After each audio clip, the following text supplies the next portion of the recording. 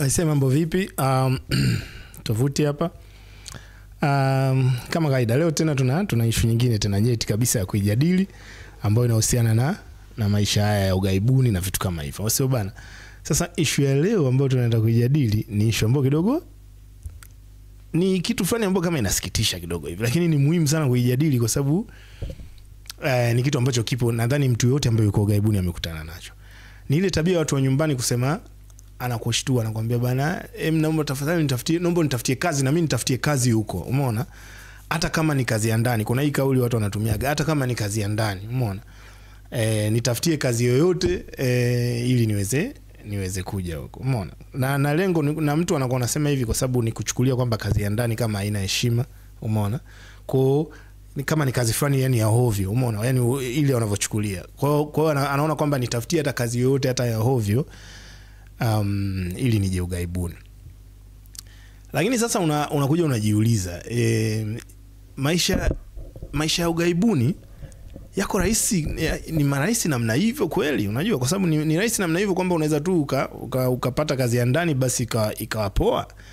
Na hizi kazi za ndani au zile kazi ambazo nyumbani zinadharauliwa nyumbani, je, na huku zinadharauliwa? Umeona? Je, ni kazi ambazo unaweza ukazichukulia vile vile kama ambavyo unazichukulia nyumbani? Kwa hiyo kama kazi ya ndani basi wanatafuta dada wa ndani, si ndio?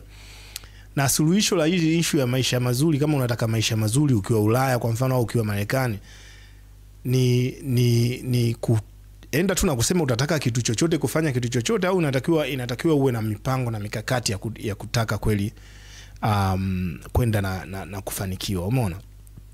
Kwa sasa hii hapa kwenye hii episode ndio tutakuja kuzungumzia hizo pressure watu wanazojisikia ili kwamba bana na mimi inabidi nitoke na niende zangu gaibuni. Umeona? Tutaongelea uhalisia sasa hizo ajira za ugaibuni ambazo ndo watu wanaziita nipe kazi ya ndani kwa kuzungumzia kama vile ni kitu za kudharaulika. Umeona? Lakini matarajio wewe kwa sababu unavyosema hivyo maana yake una matarajio yako ya kwamba bana basi nikifanya kazi ya ndani na kwa hivi. Je, lakini ukweli uko vipi? Umeona? Inakuwaje changamoto za hizo issue ambazo tunasema mambo ya heshima, utu na mambo ya utu kazini jinsi ilivyo kwa huku na ukiangalia na kwa nyumbani. Gharama za maisha ambazo mtu unaweza kaishi ukakutana nazo katika hayo maisha. Na kwa nini kutafuta tu kazi ili uje si suluhisho endelevu? Kwa hiyo inabidi kwamba unaweza kutafuta ili uje, lakini uwe na mkakati ambao ni kwamba nikifika basi nafanya kitu fulani. Lazima uwe na malengo pia makubwa zaidi. Umeona?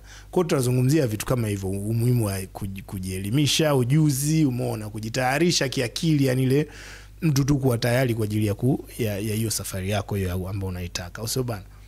Naitwa Tovuti na hii ndo Mambo Vipi.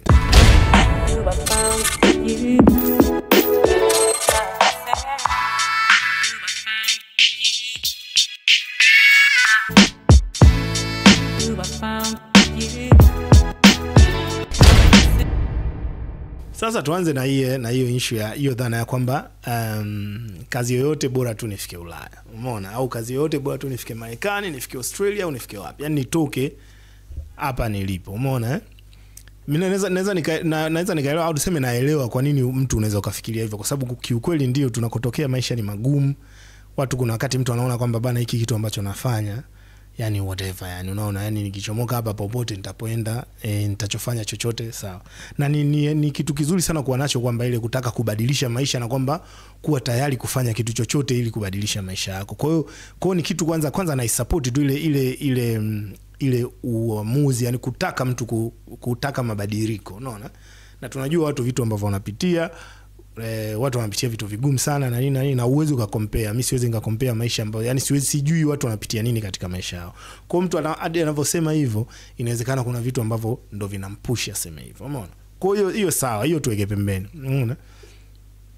Lakini je, ile imani ya kwamba kazi yoyote hata ya ndani, umeona, au kazi fulani ya dharau, kwa sababu mtu anavyokuwa anaizungumzia ni kama vile ni kazi ya dharau, si ndio? Ni njia rahisi ya kuingia Ulaya na kupata, au kuingia Marekani au gaibuni na kupata maisha bora. Umeona? Kwa hii dhana ndo ambayo mimi naipinga kwamba sio sahihi. Umeona?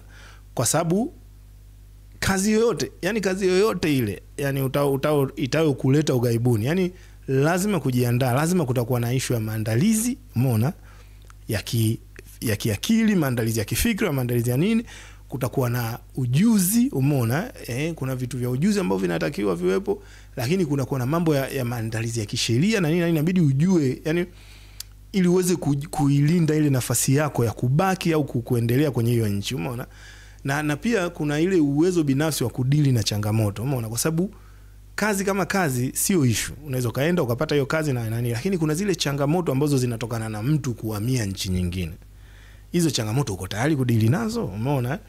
Watu wanafikiriaga tu kwamba ni rahisi na nini, lakini sio rahisi. Yaani changamoto ambazo ni rahisi unaweza ukaziona labda ukiwa kwa nje ukaziona ni lakini ni changamoto ambazo ni ngumu. Umeona?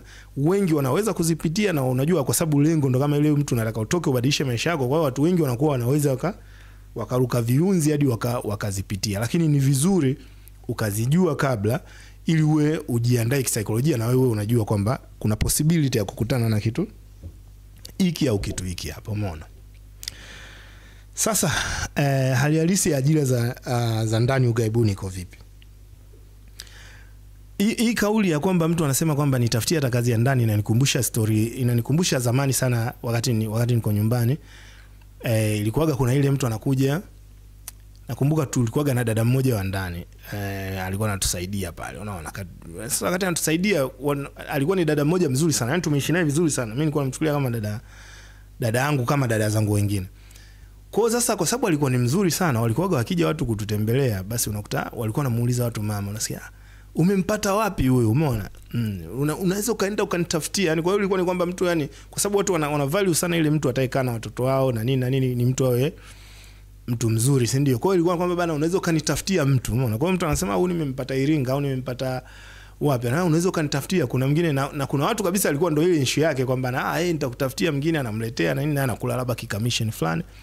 Kwa hiyo ilikuwa ni kwamba ile unaletewa mtu wa kazi ya ndani. Kwa hiyo bana huyu kaleta Hamisi na nini, basi poa, umeona.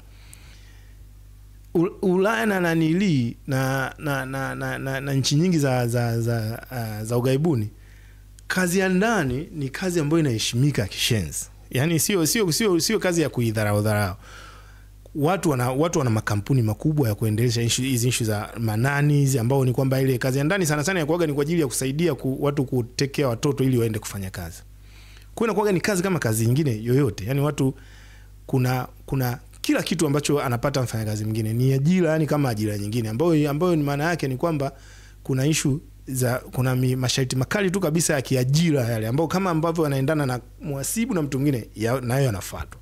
Kwa maana kwamba kuna mikataba, umeona, na hizi kazi inakuwa zinapatikana kupitia mashirika rasmi. Kwa hiyo kuna kampuni ambao labda ndio ina watu sasa ambao imewaajiri wenyewe kwa mkataba wake, alafu ndio unakuwa wewe unaenda, kwa mfano kama unataka msichana wa ndani sasa wewe au mtu wa ndani wako kufanya kazi ndani, unaenda kwenye hizo kampuni unaomba, umeona. Lakini pia kuna nchi ambazo pia zina hizi au pair, wanaita au pair programs. Kwa hiyo ni programs ambazo ni kwamba wanasema bana tunataka ile kusaidia watu wa kutoka nchi fulani au hivi na hivi.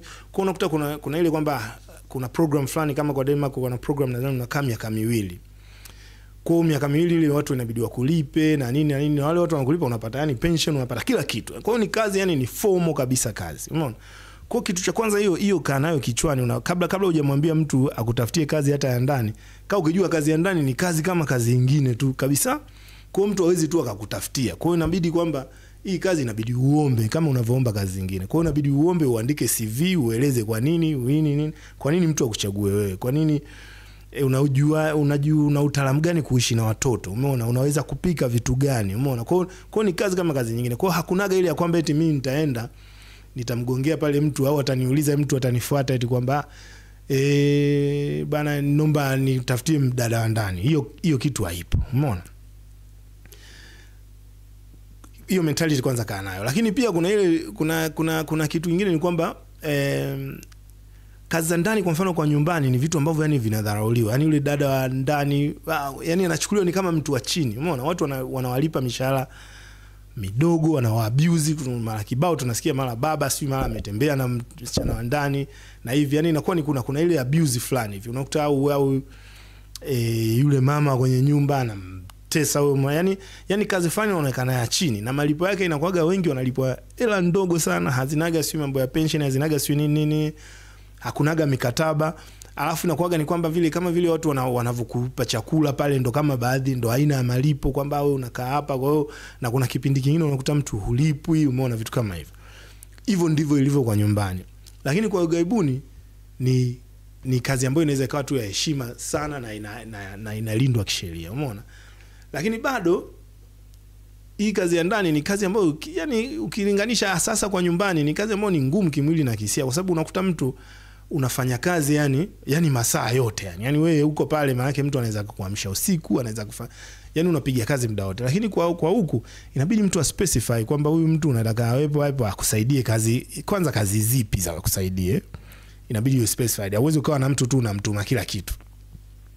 Hauwezi kuwa na mtu tu unamwambia tu yani anafika tu yeye yupo tu tayari muda wote. Haiwezekani. Kwa hiyo inakuwa ni kwamba huyu atanisaidia watoto, labda anakuandaa chakula, labda anakufanya shopping, umeona. Kwa hiyo na maana mtu anakuwa anajua kwamba yani okay, mimi naenda pale labda naenda nawapeleka watoto shule, nikitoka labda nafika pale naenda nafanya shopping, na nunua vitu vya nyumbani pale, naandaa labda chakula au nini na chakula cha dina. Kwa hiyo baada hapo mtu aidha inawezekana akawa anakaa hapo ndani, lakini wako ndani hizo ambao yani anakuja anafanya kazi zake afa anaenda kwake na familia yake na watoto wake, na inawezekana naye ana nani wake, umeona. Kwa hiyo ndio iko hivyo. Kwa hiyo shughuli yani ni shughuli kama shughuli nyingine, umeona. Na kazi nyingi za ndani, umeona, katika nchi nyingi wanataka kidogo mtu unajua kidogo lugha ya nchi husika. Kama uwezi kabisa, basi at least unajua Kiingereza au lugha fulani ambayo ni common. Kwa nini? Kwa sababu hizi kazi zinahusiana sana, nyingi zao sana kwa nchi ambazo zimeendelea zinahusiana ni sana na kusaidia watoto, umeona. Au kama ni mtu ambaye labda anajiweza, ameamua kumweka mama yake au baba yake ndani ambaye labda hajiwezi, kwa hiyo inakuwa ni kusaidia wazee na nini. Kwa hiyo mara nyingi inahitaji mtu awe anajua ile lugha kwamba ili aweze kuwasiliana na watoto au aweze kuwasiliana na nini, umeona. Kwa hiyo kama uwezi kabisa kuwasiliana, yani at least uwezi kabisa, au ndo na Kiingereza chenyewe kinasumbua, labda wengine wanaweza kwamba ukishajua Kiingereza at least poa, labda watoto wetu wanaongea Kiingereza, umeona. Lakini kama ndo na Kiingereza chenyewe kipo, basi unakuta kwamba uwezekano wewe kupata hiyo kazi ni mgumu. Kwa hiyo inabidi uifikirie kwa namna hiyo kabla hujamwambia mtu bana ni tovuti nisaidie pale kazi yote hata ya ndani.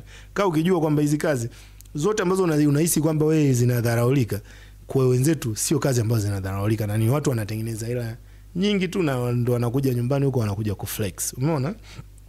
Ni kama ile nilizungumzia, kwa sababu kazi nyingi ambazo watu wanazifikiria wakiwa wanazungumzia vitu kama hivi ni kama zile kazi nilizungumzia kwenye video kuna video nilizungumzia hapo nyuma, kazi za box ambazo zote zina fall in category hiyo moja, kwamba ni zile kazi ambazo zinahitaji nguvu, misuli, nini, zinahitaji sana akili, lakini pia zinahitaji physical presence na vitu kama hivyo, umeona. Kwa hiyo ndo inadondokea kwenye kategoria hiyo. Lakini pia wengi wanaokuwa wanasema hivi, wanakuja wanakuambia bana nitafutie kazi hata ya ndani, ni watu ambao aidha hawajui au hawaelewi kwamba haijalishi eti kwa sababu kazi sio ni ya chini au vipi, process za kupata vibali vya kuhama kutoka nchi moja nyingine ni ile. Yani kazi iwe ya ndani, kazi iwe ya nini, kazi iwe ya nini, ni ile. Kwa hiyo ugumu ni ule. Yani iwe kazi ya ndani, iwe kazi ya kutembeza mbwa, iwe kazi ya nini, yani ikifika kwenye issue ya makaratasi, umeona, ili uajiliwe kihalali, process ni zile asilimia kubwa. Labda ziwe kama kwa Marekani wana Einstein visa, labda iwe ni kwamba wewe unajua kutengeneza rocket, umeona, yani una kitu fulani ambacho yani lakini hizi za kawaida issue ni ile, umeona.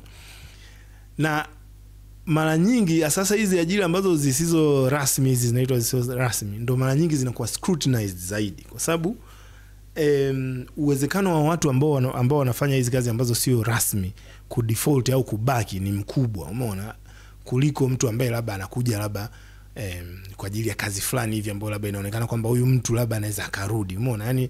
Yani mtu huyu anatoka labda ana kazi fulani ya muda, ametoka labda serikalini, labda unaona huyu inawezekana zaidi wa kurudi kutokana na maisha. Lakini hizi kazi ambazo tunazichukulia sio rasmi nyumbani, ndio zinakuaga paperwork zake ni ngumu sana, kwa sababu inabidi uprove vitu vingi sana ili uweze kufika. Kwa mfano kama hizo issue niliyokuambia za au pair, watu wengi sana wamebaki hapa Denmark kwa sababu ya issue ya au pair. Alikuja kwa sababu ya au pair na nini, lakini katika hiyo miaka miwili mtu amejiongeza, ameingia kwenye dating site sio nini, mara kapata mtu kazaa naye, umeona. Yani sasa hapo maana huyo mtu hawezi akarudishwa, umeona. Lakini wengine unakuta labda ameenda ametafuta means nyingine, ametafuta kazi sehemu pengine ambapo hiyo kazi labda imefika baadaye imempa kibali cha kubaki, umeona. hivyo. Kwa hiyo kuna vitu vingi ambavyo watu wanakuwa wanafanya. Kwa hiyo ndio maana hizi kazi za ambazo nyumbani zinachukuliwa kama sio rasmi zinakuwa scrutinized zaidi, umeona? Kwa hiyo lakini pia ukisema tu kazi ya ndani sawa, kwa sababu labda inawezekana labda kama nyumbani ulikuwa mtu kabisa una shughuli na nini. Kwa hiyo hata kama kazi ni kazi ya aina yoyote na inalipa vyovyote, kiukweli kwa sababu ya tofauti ya mishahara nyumbani na huku, kwa kazi yoyote inaweza ikawa inaleta tija. Umeona bana? Hata kama mtu unapata kazi ambayo sio mshahara mkubwa sana, lakini ukilinganisha na viwango vya nyumbani na vya ugaibuni, unaweza kukuta kwamba unaona ni kitu ambacho kiko poa. Lakini kaa ukijua itafika muda utaona yale malipo hayatoshi na nini, umeona? Kwa sababu kama kawaida kodi ziko juu, umeona, gharama za maisha ziko juu. Kwa hiyo inabidi hata kama hivyo unavyosema unakuja na hiyo mentality ya kazi ya ndani, yani ukiwa umejibana tu katika hiyo ndo lengo lako na kitu kama hiyo, utakuja kupata shida, kwa sababu baadaye utafika utazoea sasa, na ule uchumi ambao unaupata kwa kiasi hicho utaona kwamba ni mdogo. Kwa hiyo sasa utaanza kupata shida za kisaikolojia, umeona bana? Lakini process yenyewe kama process na kuunga mkono, kama unaweza ukatoka katika sehemu ambapo unafanya maisha ambayo unaona ni magumu zaidi kwenda kutafuta maisha ambapo ni marahisi zaidi, hiyo kitu wote tumefanya. Na mtu akikwambia usifanye hivyo, huyo ni kama ambavyo mshikaji wangu Makulilo anavyosemaga, hiyo ni kamati ya roho mbaya. Cha msingi tu ni kwamba mimi ninachosema na ninachosisitiza, yani hadi ninachoongea hadi sasa hivi, ni kwamba ni bora kutafuta njia ambazo kwanza ni za kihalali, lakini pia ni bora wewe mwenyewe yani ujielimishe, yani tumia muda kujielimisha ili maisha yako yajawe mepesi huko. Yani baadaye watu wengi sana wanafanya vitu kwa haraka afu baadaye unakuja unapata shida. Kufanikiwa kupo na mtu anaweza kufanikiwa popote pale. Wapo watu wamefanikiwa nyumbani na hawataki kabisa hata kuondoka, na tunawajua wengi tuna marafiki kibao ambao hata ukiwaambia sasa hivi uende ugaibuni ataona kama unamzingua. Lakini pia wapo ambao wametoka wamekuja huku gaibuni na wamefanikiwa pia, umeona, na ambao labda inawezekana maisha yao angebaki nyumbani asingekuwa hivyo. Kwa ni mindset tu, umeona? Na inabidi ujue kwamba kiuhalisia unavotoka nyumbani, kwa sababu sikani nilivyosema inakuwa mara nyingi ni shida zile ndo zinatuhamisha, si ndio? Zinatutoa ili kwenda kutafuta ili maisha mapya. Lakini kumbuka unavohama shida moja, kinachotokea ni kwamba unaenda kukutana na shida nyingine mpya. Kwa hiyo inabidi ujiandae kisaikolojia kwenda kudili na shida mpya. Mfano, ulikuwa umetoka nyumbani kwa sababu huna kazi, si ndio bana? Inawezekana wewe issue ya stress ilikuwa sio moja ya tatizo linalokusumbua. Kwa sababu sasa una stress nini sasa? Kwa zako unakula labda fresh, labda tuseme ndio ile labda unaishi na watu wanakutekea. Sasa bana, sasa una stress nini? Baada hapo maana wewe ulikuwa una stress. Labda stress inayofanya ndio ni kwamba kupata kazi na nini.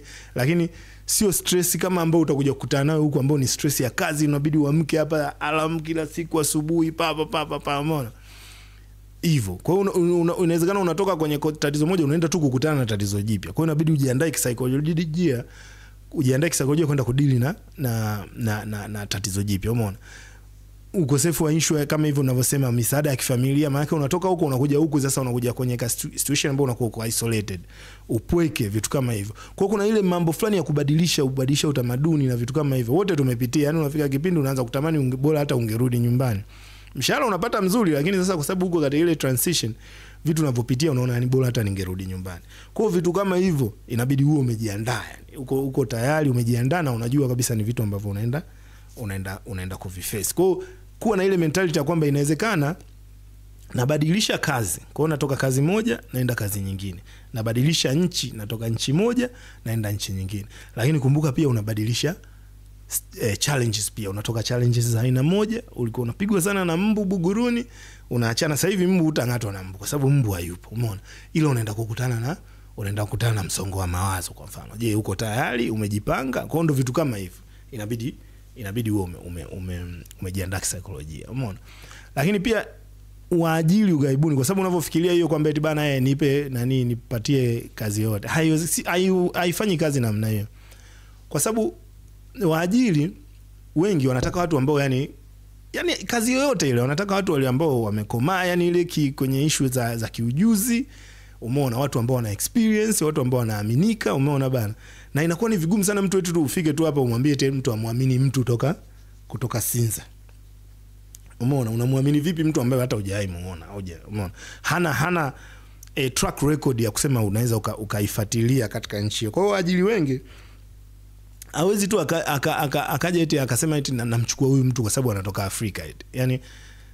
Yani wewe kutoka Afrika si haiwezi kuwa sababu ya wewe kuajiriwa. Yani ni katika kazi hizi za kawaida sio sababu. Yani sana ukutana na watu ambao sasa atataka kulipa lesi, akunyanyasa, afanye nini, umeona. Kwa ile in general, yani kuwa Afrika sio, kutoka Afrika sio qualification ambayo itakufanya wewe unanili uajiriwe. Kwa hiyo kuna vitu vingine, kuna namna nyingine ya kujiuza ili uweze kuajiriwa, umeona. Kwa hiyo inabidi mtu kupata position yoyote ile, kazi yoyote ile, inatakiwa yani kujiweka mbele, kujitangaza, yani kujielezea na vitu kama hivyo. Kwa hiyo waajiri wengi wanataka ni bora afuate ile mfumo. Na katika hii hapa wengi wanaogopa pia kwa sababu sheria za human trafficking ni kali sana. Yani mtu unaweza kuwa na kampuni yako na ikafungwa na ukafilisiwa. Kwa watu wengi sana wanakuwa na wasiwasi kabla ya kufanya hivi vitu, wanataka wawe na uhakika kwamba makaratasi kila kitu kiko sawa na kila kitu anakifanya kwa sheria, umeona. Kwa hiyo inabidi ukae ukijua hivyo. Mrahisishie huyu muajiri ili aweze naye pia kuweza kukuajiri, umeona. Sasa kuna issue nyingine, ile issue matokeo ya kijamii ya watu wa diaspora, umeona. Unakuta watu ambao hivi sasa, watu ambao wako gaibuni, unakuta wanaombwa ile nitafutie kazi yote, umeona. Na wengi wao wanakuwa hawawezi kusema kwamba bana, yani hawawezi kuwa wawazi kwamba bana hii kazi yote nakutafutia kazi gani, au kazi hamna au nini, au labda kuna vitu 1 2 3 unatakiwa ufanye na nini, au kazi sio kirahisi hivyo, sio kwamba tunakutafutia kazi. Kwa hiyo wengi tunayo utamaduni ya uongo kutaka kuongea ukweli, yani umeona. Sasa hii na watu wenyewe wa ugaibuni tena wanabaki tena kwenye pressure, kwa sababu inabidi wawe wanaahidi vitu vya uongo, umeona. Baadaye unajikuta umebaki kwenye lawama na nini, mambo ambayo hayaeleweki, kwa sababu wengi unakuta tu anaahidi wewe mimi nitakutafutia kazi, wewe mimi nitakuleta, wewe mimi nitakupeleka, afu na anajua kabisa kwamba yani hawezi kufanya vitu hivyo. Kwa hiyo hii ni kwa upande wa watu wa diaspora kujiongezea mizigo bila sababu kwa vitu ambavyo hawawezi kuvifanya, umeona. Kwa hiyo inakuta kwamba mwishowe kabisa tukisema tuzungumzie kitu, sio mwishowe kabisa, lakini kitu kingine ambacho tunazungumzia ni kwamba kwa zile ndoto za maisha bora ambazo watu wako nazo. Kwa hiyo ina maana watu wengi wanaokuja kwa njia hizi za kutaka maisha marahisi haraka ndo wanakuaga kwenye msongo mkubwa wa mawazo, au wanapitia matatizo mengi ya kiakili kutokana na kwamba walitegemea kwamba maisha yatakuwa tu marahisi. Yani nitafanya kazi ya ndani basi maisha yatakuwa tu marahisi, au nitafanya kazi fulani maisha yatakuwa marahisi, umeona. Kwa unavyofika unakutana na maisha ambayo sasa unapata hela zaidi ila maisha magumu zaidi, au maisha ni magumu ambayo ulikuwa vile ambavyo sio kama vile ambavyo ulikuwa unategemea. Watu wengi ndio unajikuta wako tena vile tunarudi kwenye misongo ya mawazo na nini, afu unajikuta wako kwenye cycle ile, kwa sababu naye sasa hivi kuna ndugu nao wanamwandikia kila siku, wanamwambia bana watafutie kazi hata ya ndani, umeona. Na kazi ambayo inadharaulika, kumbuka siku zote kazi ambayo inadharaulika nyumbani inawezekana inaheshimika huku, na kazi ambayo inaheshimika huku inawezekana inadharaulika nyumbani, umeona. Kwa mfano kazi ambayo inadharaulika nyumbani, kwa mfano kama hivyo tunavyosema, kama tulivyotolea mfano, kwa mfano kama kazi ya ndani, umeona, kazi sio ya usafi, umeona, kazi za kulea watoto, umeona, kazi ya kuhudumia wazee, umeona. Yani ni ile nyumbani, unajua hadi ni vitu za ajabu, hadi nesi ni kazi ambayo yani nesi unakuta yani tu inazaulia yule nesi tu, umeona. Kwanza ni kitu cha ajabu eti hamna wanaume hawataki kuwa nesi. Yani kuna ile utamaduni eti hakuna wanaume wanataka kuwa nesi. Sasa hivi naona inabadilika, lakini ni vitu kama hivyo, umeona. Kwa watu vinafanya zitu ambazo zinadharaulika, lakini ukweli ni kwamba hizo kazi ukigeuka huko ni kazi ambazo unakuta yani watu wenye hela ni watu wenye makampuni ya kusafisha, umeona. Watu wenye hela ni watu wenye kampuni wana kampuni za kuhudumia wazee. Watu wenye hela ni, kwa unakuta ni kwamba yani ile mentality, una kitu ambacho unafikiria ambacho wewe ulitoka nacho, ukifikiria hivi unakutana na huko kiko tofauti, na kama ukubadilisha mentality basi inakula kwako, umeona bana. Unaonekana unakuja kuona kwamba maisha ni miisho, basi ndio unakuja kupanic, umeona. Lakini pia hizi issue za kusema tu kwamba bana nitafutie kazi yoyote au nifanyie hivi, kuna nchi na nchi, unajua hata nchi hizi za ugaibuni kuna nchi ambazo unyanyasaji ni mwingi, ubaguzi wa rangi ni mwingi. Tunaona kuna hizi nchi za Arabuni watu wanaenda wananyanyaswa kishenzi kwa sababu mtu anataka tu kitu ili mradi atoke. Unaona, kwa muda mwingine unasema ili mradi utoke ndio unaenda zako huko Saudi Arabia sio wapi, basi unakuta wewe unageuka kuwa yani kifaa cha ngono cha familia nzima. Umeona, na hii kitu yani lazima tuiongee kwa sababu ni kitu zipo. Kwa unakuta wewe sasa familia nzima basi wewe ndo wanakutumia, ndo sasa ndo kama mdoli wao. Umeona bana? Kwa hizi ndoto inabidi pia uangalie, inabidi kabla ya kufikiria uangalie ni wapi unataka kwenda na kwa nini unataka kwenda. Kwa hiyo uangalie hizi issue za abuse na nini, hizi kazi unazotaka kufanya. Je, kuna uwezekano wa kwamba zinaweza zikakusababisha wewe kunyanyaswa, kulipwa kidogo, kunyimwa haki zako, kuishi maisha ya kitumwa, umeona, kuishi bila uhuru. Umeona, kwa sababu tunaona mifano mingi sana, na kwa mfano Kenya yani vijana wengi, wadada wengi walikuwa wanachukuliwa wanaenda Arabuni huko, lakini Arabuni tumekuja kugundua kumbe walikuwa wanaenda kule wanatumika vibaya, wanapokonywa passports na nini, wanakuja baadaye wanakuwa kama watumwa. Kwa unakuwa ni kwamba sasa sio kwamba tena ulipanga kwenda kubadilisha maisha. Kweli maisha yako yamebadilika, lakini is for the worse. Umeona? Yaani sasa hivi unaanza kutamani bora hata ungekuwa umerudi zako nyumbani. Umeona? Kwa ni vitu ambavyo inatakiwa kuwa navyo makini. Kabla hujasema nitafutie kazi au nitafute nini, jaribu kujifunza hizi nchi za kwenda unazotaka kwenda ni nchi za namna gani, na kuna nini, na kuna hizi kazi zinatritiwa vipi. Umeona, watu wanalipwa vipi, na kuna dignity kiasi gani kwenye hizi kazi. Umeona? Lakini pia inabidi ujitengenezee uwezo. Hakikisha unavyofanya hizi vitu, hata kama unaenda unatafuta kazi fulani ambayo labda ni rahisi, labda sio bana, labda ndo tuseme labda ni, let's assume kwamba ni kweli ni rahisi hiyo kazi ya ndani kupata, lakini inabidi uwe umejipanga, yani kujiwekeza katika issue za elimu, yani uwe na lengo fulani kubwa.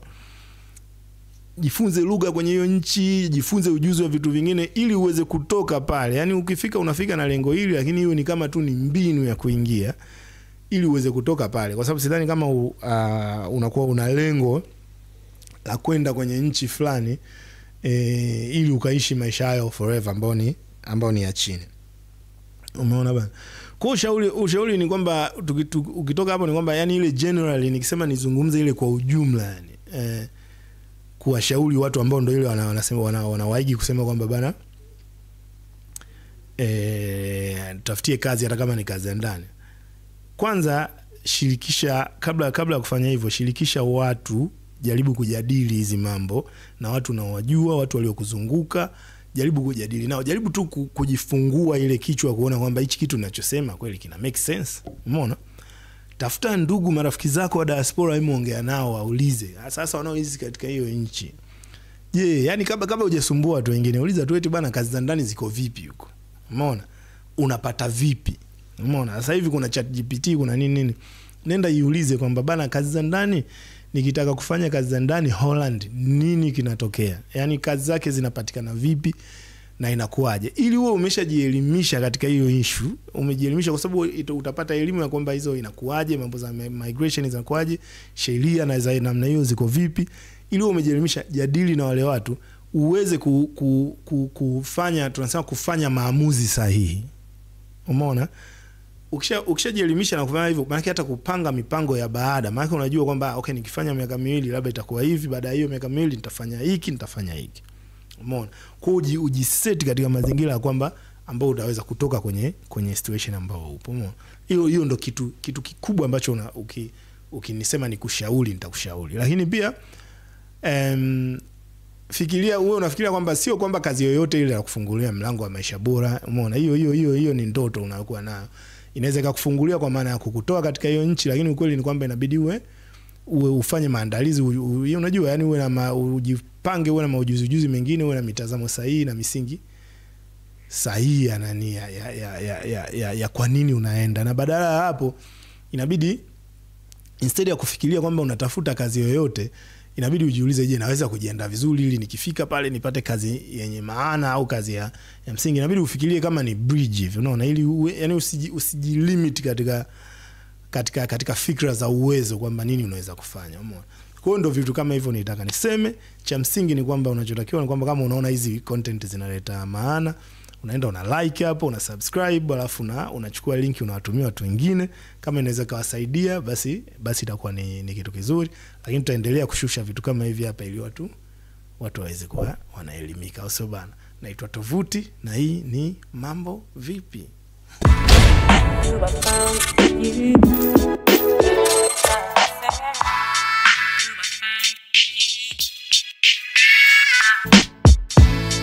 You I found you.